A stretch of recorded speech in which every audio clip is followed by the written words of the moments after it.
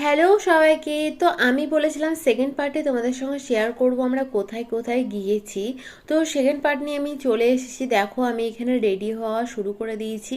তো এখানে আমি রেডি হয়ে নিয়েছি, আর এখানে বড়দি ভাই, ছোটদি ভাই, তোয়া সবাই কিন্তু রেডি হচ্ছে। তো আজ আমরা যাব একটু শপিং করতে, মানে একটু কেনাকাটা করতে যাব। তো এখানে দেখো রেডি হয়ে বসে আছি, আর ওরা কিন্তু রেডি হচ্ছে। আমি একটু আগে আগে রেডি হয়ে নিচ্ছি। লজ থেকে নেমেই কিন্তু নিচে একটা চায়ের দোকান আছে। শুধু চায়ের দোকান নয়, এখানে চপ, মুড়ি, মানে ডালপুরি, মানে সিঙ্গারা, এসব কিন্তু সবই ছিল। মিষ্টি দোকানে সবই কাছাকাছিই ছিল। তো আমরা গিয়ে এখানে চা আর বিস্কুট খেয়ে নিলাম। তো এরপরে যাব হচ্ছে কেনাকাটা করতে। তো সেই দিকটা কিন্তু গরমও ছিল, আবার মানে হাওয়াও দিচ্ছিল মাঝে মাঝে। তো যাই হোক, এরপরে আমরা চলে গিয়েছি যেখানে যাওয়ার উদ্দেশ্যে বেরিয়েছি। তো এখানে প্রচুর প্রচুর ভিড় ছিল, আর বাসে করে এলাম। তো একটা স্টপেজের পরেই কিন্তু আমরা নেমে পড়েছি। তো এখানে কিন্তু প্রচুর ভিড় ছিল, অনেক কিছু কেনাকাটা করলাম, অনেক কিছু দেখলাম, যেমন চুড়িদার পিস দেখলাম, তারপরে লেহেঙ্গা দেখলাম, মেকআপের জিনিস দেখলাম। মোটামুটি অনেক কিছু দেখার পর এর কাছে একটা মল ছিল, শপিং মল।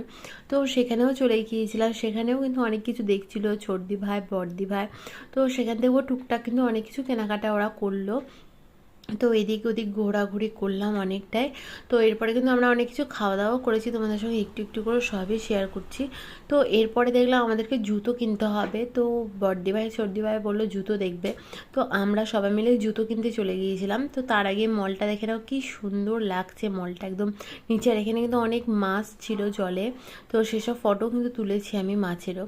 তো এখানে প্রচুর ভিড় ছিল, অনেক জিনিসপত্রও ছিল। তো তারপরে কিন্তু বেরিয়ে পড়েছিলাম। তো বেরিয়ে এখানে মোমো খেয়েছিলাম। মোমোটা খেতেও কিন্তু খুব সুন্দর ছিল।